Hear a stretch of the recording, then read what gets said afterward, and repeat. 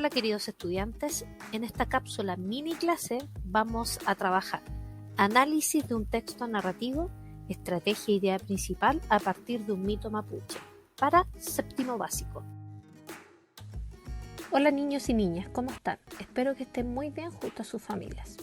En la cápsula del día de hoy vamos a trabajar con el mito, pero principalmente vamos a trabajar con estrategias de comprensión lectora, es decir, vamos a leer un texto, vamos a analizar un texto y vamos a lograr identificar las ideas más importantes de un texto para luego poder hacer un resumen. ¿Te recuerdas y te has preguntado cuáles son los pasos antes de comenzar a leer?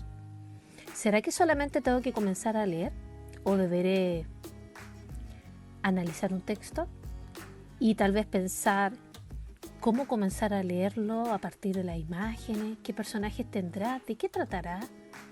Antes de leer un texto tienes que fijarte muy bien en las imágenes, en la portada si es que tiene o en el título. ¿Qué voy a comenzar a leer? ¿Con qué voy a comenzar a trabajar? Es lo principal que necesitas saber. En esta cápsula, al final de ella, como te decía, vas a aprender a hacer un resumen. Y este resumen lo puedes lograr si tú has comprendido muy bien el texto, cuál era su conflicto, cuáles eran sus momentos más importantes, sus palabras claves, su vocabulario y todo eso a partir de los siguientes pasos. Para comenzar, ¿qué es un mito? Es un relato de hechos extraordinarios con personajes sobrenaturales o irreales, como dioses, como seres increíbles, entre otros. Comencemos. Antes de la lectura, a partir de las imágenes del título, predigo ¿de qué creo que tratará? ¿Qué personajes tiene el relato? ¿Qué tipo de texto será? Todas esas preguntas y otras más te ayudan a predecir de qué va a tratar el texto, en este caso el mito. Durante la lectura, análisis del texto. La idea principal es la idea más importante del texto, pero ¿cómo hallarla? Interroga el texto. ¿De qué se habla en el texto? ¿Cuál es la idea que más se repite? Ayúdate para llegar a ella subrayando todo lo que consideras importante.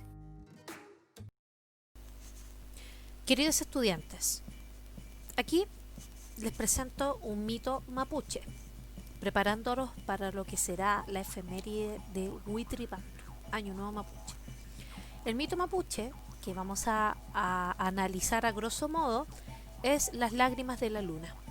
Lo primero que debes hacer, como para introducirte y predecir de qué va a tratar esta historia, es analizar el título. ¿De qué crees tú que va a tratar la historia a partir del título? Luego te puedes ayudar de la imagen que por lo general complementa todo texto. Y a través del título y de la imagen, sin leer el texto, tú puedes más o menos predecir de qué puede tratar. Aquí habla de las lágrimas de la luna. Estamos claros que aquí hay estrellas, acá hay dos personas que están mirando el cielo, algo tiene que ver, algo va a pasar. Lo primero que tienes que hacer antes de comenzar a leer el texto es numerar los párrafos. Los párrafos, recuerda, que se dividen por un punto aparte, como aparece acá. Entonces, numera los párrafos, en este caso hay 4 párrafos, y puedes comenzar después de eso a leer la historia, en este caso el mito. A medida que vayas leyendo, te invito a que vayas destacando, en este caso yo lo hice con rojo, destaca o subraya las palabras o las ideas más importantes, de tal forma que se te va a hacer después mucho más fácil hallar la idea principal, que es lo que queremos lograr. Y por ende después analizar el texto y responder las preguntas de manera mucho más rápidas y más sencillas de encontrarlas. Yo subrayé las palabras o las ideas más importantes, considerando que sin esas palabras o sin esas ideas o sin esos conceptos, frases, etc., la historia no sería la misma.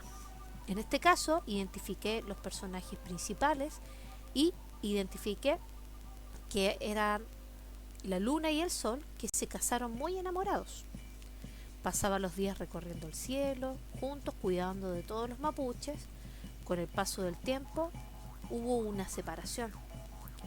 Antu salía de día y Cuyen de noche. Antu era el sol, salía de día, y Cuyen, que era la luna, salía de noche.